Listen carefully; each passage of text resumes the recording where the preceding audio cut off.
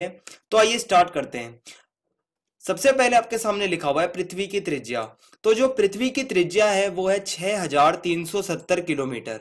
ठीक है, ये आपको फैक्ट है कि याद रखना है, एक नंबर में पूछा जा सकता है। अगला टॉपिक है भूगर्भ की जानकारी के साधन या भूगर्भ की जानकारी के स्रोत। जो भूगर्भ है आपका, जो पृथ्वी का अंदरूनी हिस्सा है, उसके बारे में हमें कैसे पता चलता है। तो पहला तो है खनन। खनन का मतलब होता है खुदाई। जब हम पृथ्वी की खुदाई करते हैं तभी तो हमें उसके बारे में पता चलता है कि अंदर क्या है। तो पहला आपका खुदाई है। जैसा कि यहाँ पर लिखा है कि दक्षिण अफ्रीका की सोने की खानें 3 से 4 किलोमीटर तक गहरी हैं। इससे अधिक गहराई तक यहाँ पर जा पाना असंभव है, क्योंकि उतनी गहराई में तापमान काफी ज्यादा बढ़ जाता है या होता है। तो इसका मतलब यह है कि जो दक्षिण अफ्रीका की सोने की खानें हैं,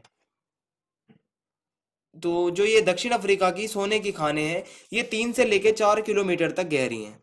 और 4 किलोमीटर से ज्यादा यहाँ पर इसको नहीं खोदा जा सकता, क्योंकि जैसे आपको पता है कि हम नीचे जाते हैं तो तापमान बढ़ता जाता है, और जैसे हम ऊपर आते हैं तो तापमान कम होता जाता है। तो तापमान बढ़ने के कारण जो है यहाँ पर नीचे और ज्यादा खुदाई कर पाना असंभव होता है, इसलिए तापमान बढ़ जाता है। और खनन के अलावा वैज्ञानिक विभिन्न परियोजनाओं द्वारा पृथ्वी की आंतरिक संरचना की छानबीन कर रहे हैं। एक तो आपका खुदाई हो गया, जो ड्रिलिंग करते हैं, हम खुदाई करते हैं, इसके द्वारा हमें पृथ्वी के बारे में पता चलता है अंदर के।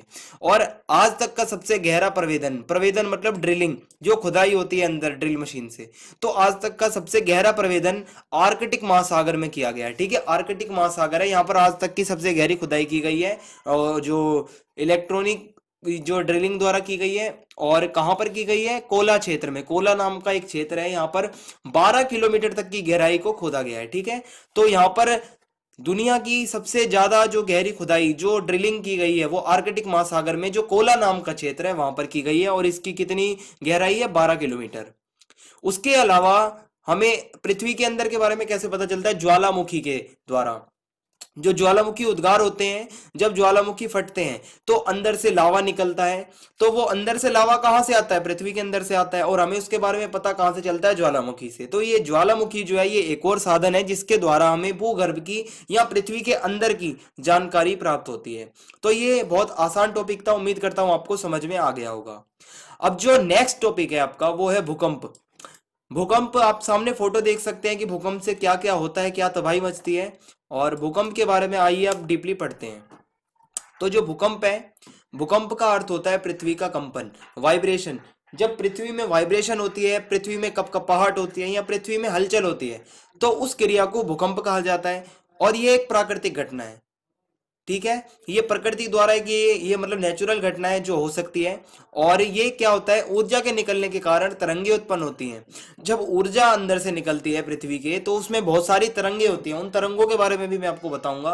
तो वो जब तरंगे निकलती हैं, जो वेव्स निकलती हैं, वो सारी दिशाओं में फैलने लगती है। तो जब वो धीरे धीरे सारी दिशाओं में फैलती हैं, तो वो फिर भूकंप लाती हैं। ठीक है, तो कैसे आता है? पृथ्वी के अंदर से ऊर्जा निकलती है, ऊर्जा के साथ जो तरंगे निकलती हैं वो सभी दिशाओं में फैलती हैं। जब वो दिशाओं में तरंगे फैलती हैं, उससे आता है भूकंप। ठीक है, अब जो आपका नेक्स्ट टॉपिक है, ये ज्यादातर पूछा जा सकता है, शॉर्ट आंसर में आपका ये आता है कि उद्गम केंद्र किसे कहते हैं? उद्गम।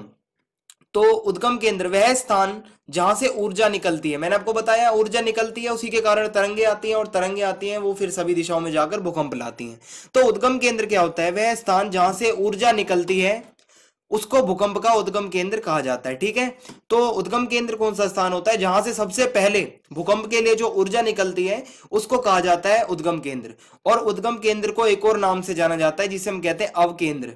तो अवकेंद्र और उद्गम केंद्र एक ही बात है। ठीक है, तो उद्गम केंद्र आपको समझ में आ गया, जहां से सबसे पहले ऊर्जा निकलती है। उसके बाद है अधिकेंद्र। अब अधिकेंद्र का मतलब क्या होता है? कि ऊर्जा तरंगे अलग अलग दिशाओं में चलती हैं, पृथ्वी की सतह पर पहुंचती हैं, और भूतल पर वह बिंदु जो उद्गम केंद्र से सबसे नजदीक होता है, अधिकेंद्र कहलाता है। और यहीं पर सबसे पहले तरंगों को महसूस किया जाता है।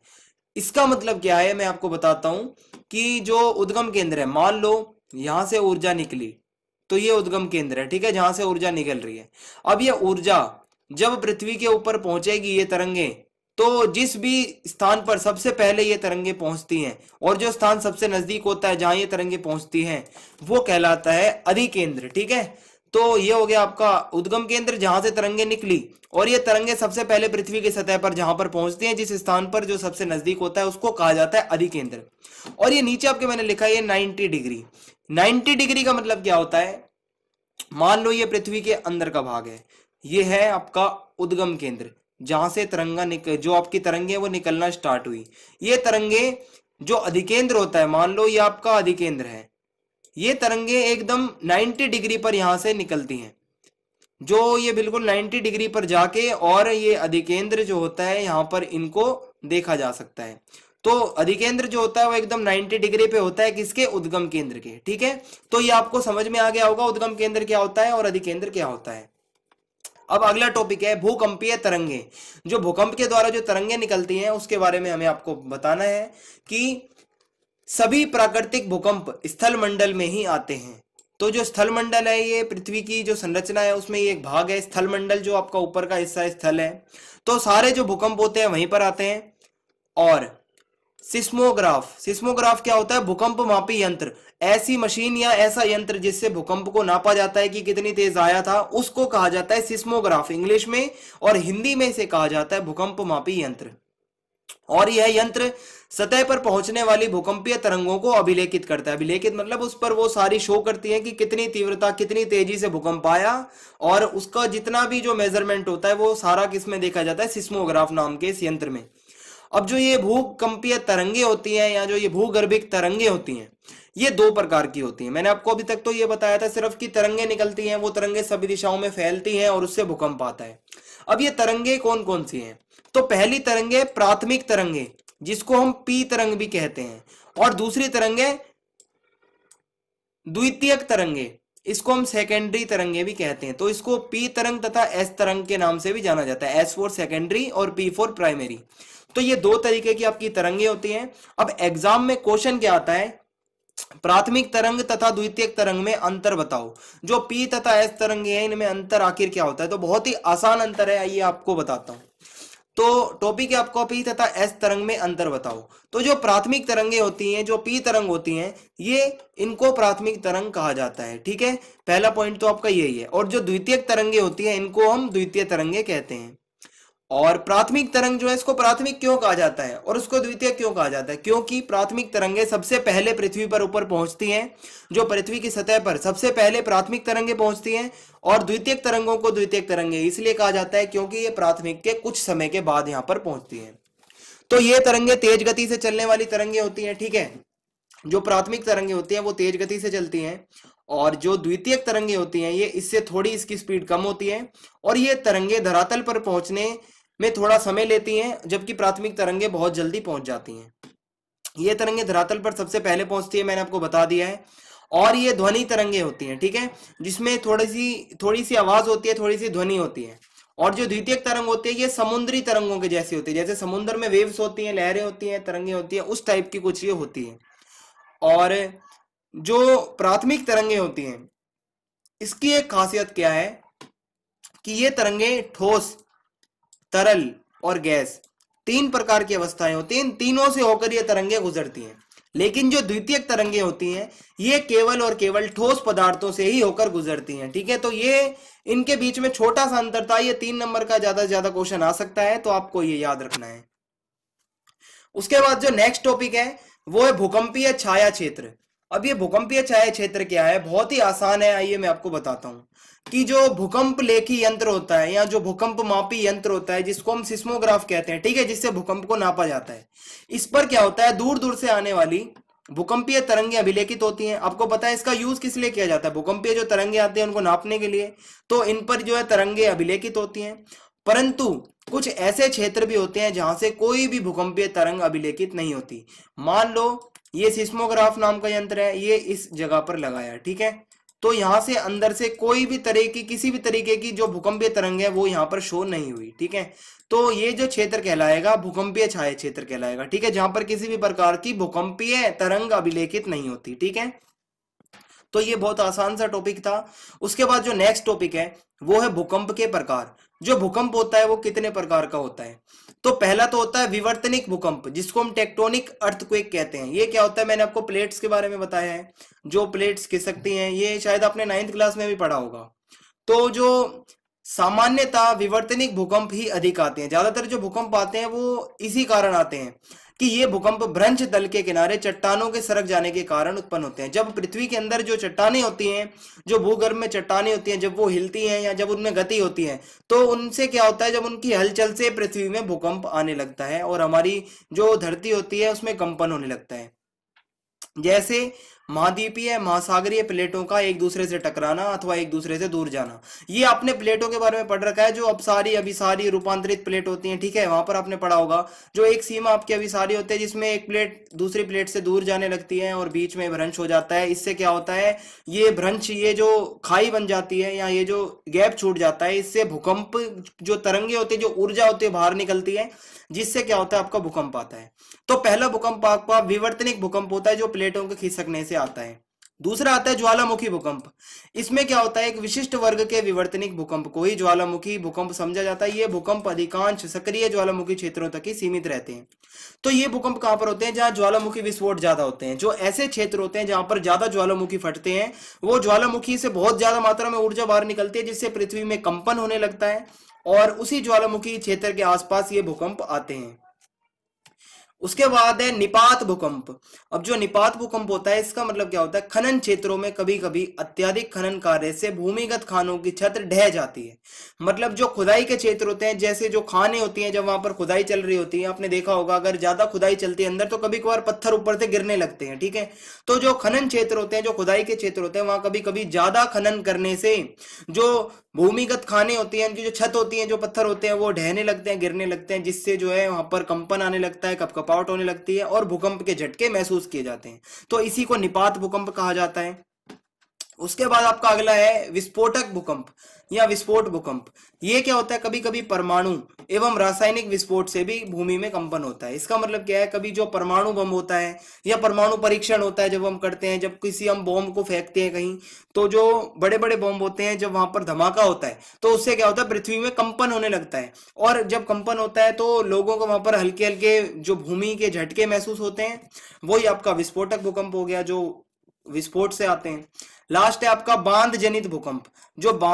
जो भूकंप बड़े बांध वाले क्षेत्रों में आते हैं, उन्हें बांध जनित भूकंप कहा जाता है। जो ऐसे क्षेत्र में जहां पर मान लो कोई बांध टूट गया या किसी भी प्रकार की कोई घटना हो जाती है बांध वाले इलाके में, जहां बड़े बड़े बांध होते हैं, तो वहां पर यह भूकंप आना एक साधारण सी बात है।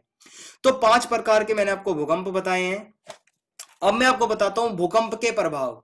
जो भूकंप आता है उससे क्या क्या होता है, आपके सामने फोटो है, कितनी तबाही होती है।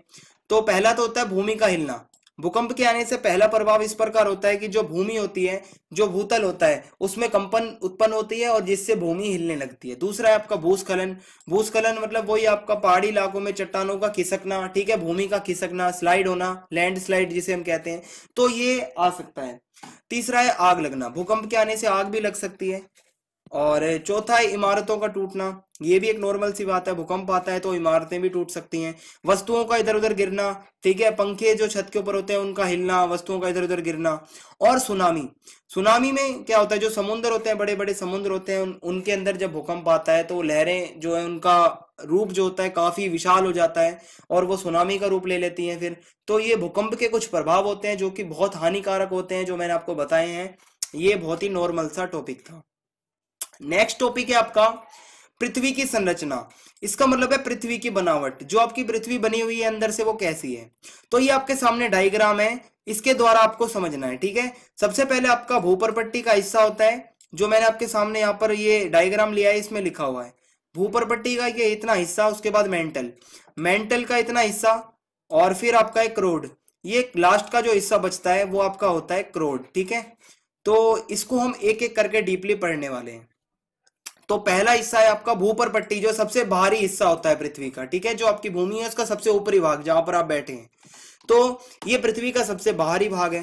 भूपरपट्टी की मोटाई महासागरों और महाद्वीपों के नीचे अलग अलग है। जो महासागर है, जो समुद्र हैं, वहां पर भूपरपट्टी की जो मोटाई अलग है, और जो महाद्वीप है, जो भूमि के हिस्से हैं जहां पर लैंड है, ठीक है, जो एक तो आपका समुद्र है जहां पानी है, पानी के नीचे जो है भूपरपट्टी की मोटाई अलग है, और जहां पर धरती है वहां पर इसकी मोटाई अलग है। तो जहां पर पानी है, जहां पर महासागर है, वहां पर इसकी मोटाई लगभग 5 किलोमीटर तक है। और जो महाद्वीप हैं, जो भूमि के हिस्से हैं बड़े बड़े, वहां पर इसकी मोटाई 30 किलोमीटर तक है। आप देख सकते हैं कि जहां पर जमीन का हिस्सा है वहां पर इसकी मोटाई ज्यादा है। और जो भूपर पट्टी है वो भारी चट्टानों से बनी है, ठीक है, आप सब जानते हैं। ये ऊपर से कितनी कठोर है, जहां पर आप बैठे हैं, जो धरती ऊपर से आप देख सकते हैं, इसका ऊपरी भाग बहुत ज्यादा कठोर है। तो ये आपका पहला भाग हो गया भूपर पट्टी। दूसरा भाग जो आता है आपका वो है मेंटल। भूपर पट्टी आपका हो गया, उसके बाद है मेंटल। मेंटल भूपर पट्टी के नीचे का भाग मेंटल कहलाता है, और ये 2900 किलोमीटर की गहराई तक ये पाया जाता है, ठीक है। जो मेंटल है आपका कितना है, 2900 किलोमीटर। ये आपको याद रखनी है, इसकी जितनी भी मेजरमेंट मैं आपको बताता हूं। तो पहला पॉइंट तो आपको ये समझ में आ गया होगा कि भूपर पट्टी के बाद जो नेक्स्ट भाग होता है वो आता है मेंटल। कितना इसकी जो वो इसकी कितनी गहराई है, वो है 2900 किलोमीटर। अब जो मेंटल का ऊपरी भाग है, आपके सामने मैंने फोटो रखा है, ये मेंटल है। इसका जो ऊपरी भाग है देख सकते हैं, ये मेंटल है, जहां 30 किलोमीटर लिखा है, ये है इसका ऊपरी भाग थोड़ा सा। तो इसका ऊपरी भाग कहलाता है दुर्बलता मंडल। और ये कितना है, लगभग 400 किलोमीटर तक ये फैला होता है। और जो ज्वालामुखी उद्गार के समय जो लावा निकलता है वो कहां से निकलता है, वो दुर्बलता मंडल से ही होता हुआ निकलता है, ठीक है। जब ज्वालामुखी फटता है तो वो जो लावा निकलता है जिस रास्ते से, वो जो निकलता है वो यहीं से होता हुआ निकलता है, दुर्बलता मंडल से। उसके बाद नेक्स्ट पॉइंट है भूपर पट्टी तथा मेंटल का ऊपरी भाग। ये आपका भूपर पट्टी का ऊपरी भाग हो गया, और ये आपका मेंटल का ऊपरी भाग हो गया, ठीक है। तो भूपर पट्टी का ऊपरी भाग और मेंटल का ऊपरी भाग मिलकर क्या बनाता है, स्थल मंडल, ठीक है। ये आपका मेंटल का ऊपरी भाग हो गया, ये आपका भूपर पट्टी का ऊपरी भाग हो गया। जब ये दोनों मिल जाते हैं तो क्या बनता है, स्थल मंडल, ठीक है। और स्थल मंडल की मोटाई कितनी होती है, 200 किलोमीटर तक। और जो मेंटल है ये परत भी ठोस अवस्था में है, मतलब ये एकदम पक्की है, यहाँ पर ये नहीं, ऐसा नहीं है कि यहाँ पर पानी हो, ठीक है। ये एकदम मजबूत चट्टानों से बना हुआ भाग है पृथ्वी का, और बहुत ज्यादा मजबूत है, आप चाहे तो खोद के भी देख सकते हैं। नेक्स्ट है क्रोड। जो क्रोड है ये पृथ्वी का सबसे अंदर का भाग है, सबसे नीचे का भाग। जो डायग्राम हमने स्टेप बाय स्टेप देखा है, सबसे ऊपर आपका भूपर पट्टी था, उसके बाद मेंटल जो कि 2900 किलोमीटर तक अंदर गहरी थी, और मेंटल का जो ऊपरी भाग था वो मैंने आपको बताया दुर्बलता मंडल। और मेंटल का ऊपरी भाग और भूपर पट्टी का ऊपरी भाग मिलकर बनाता है स्थल मंडल, जो कि 400 किलोमीटर तक जिसका फैलाव है। अब जो लास्ट का जो भाग है पृथ्वी का वो है क्रोड।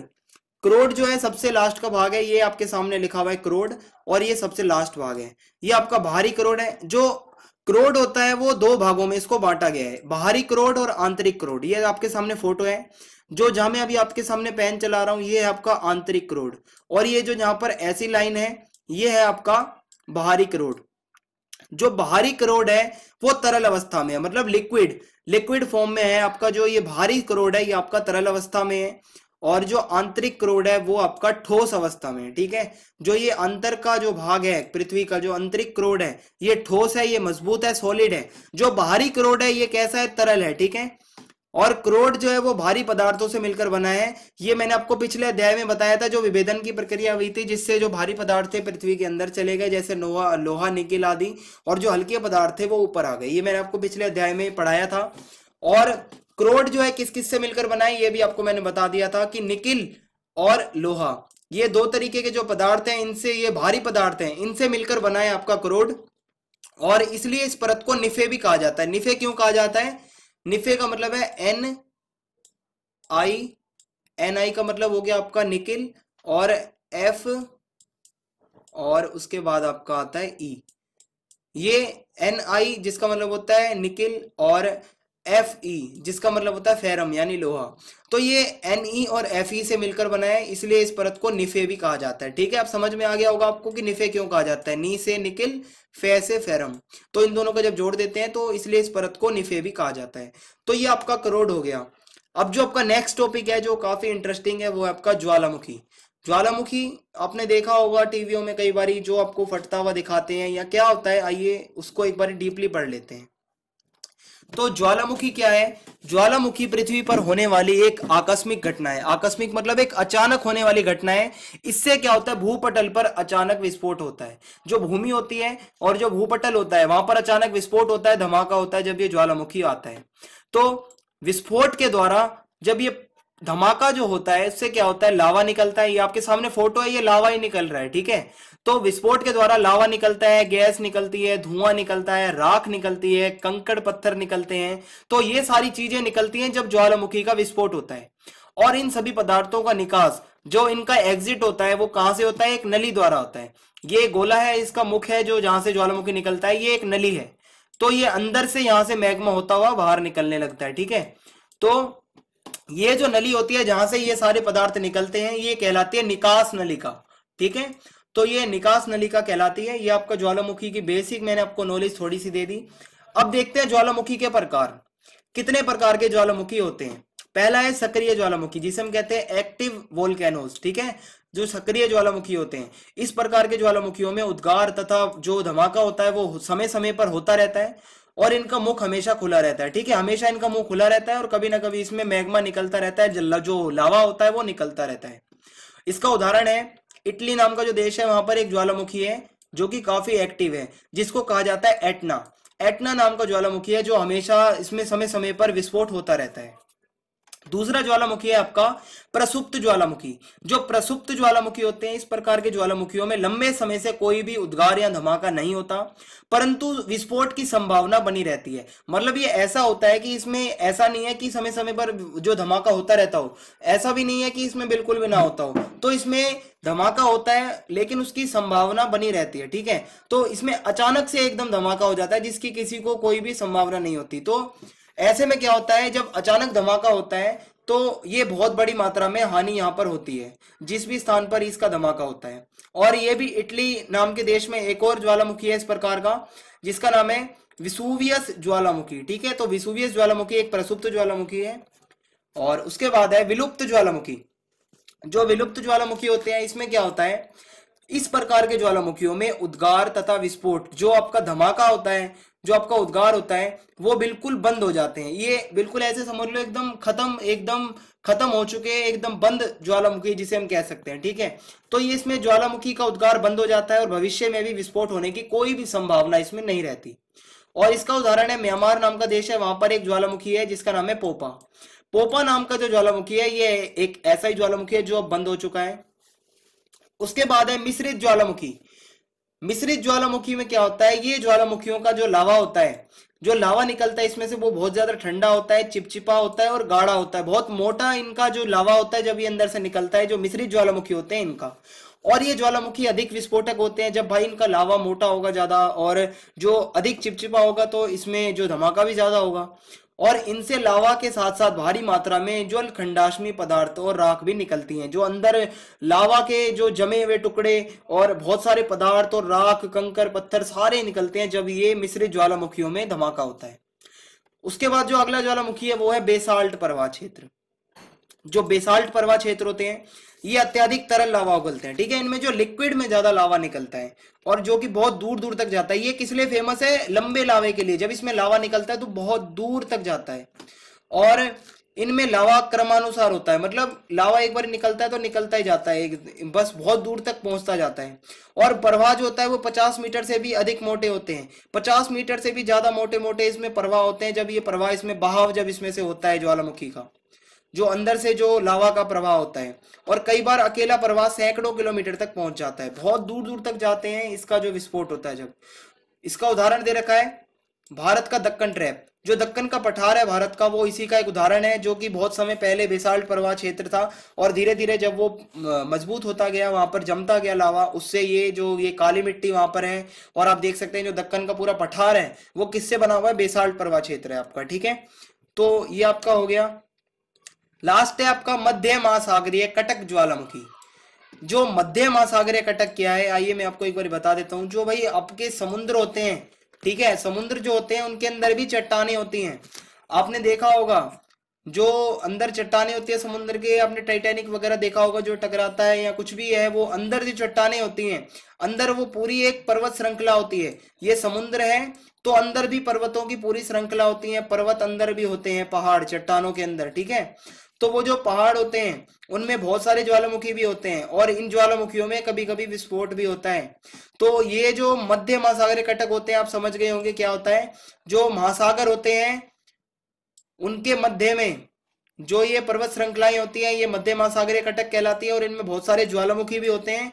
और इनके जो मध्य का भाग है, जो बीच का भाग है, यहाँ पर ज्यादातर जो है लगातार उद्गार भी होता रहता है। तो ये आपका हो गया मध्य महासागरीय कटक, जो कि महासागरों के अंदर ज्वालामुखी होते हैं, इनके मध्य भाग में उद्गार होता रहता है।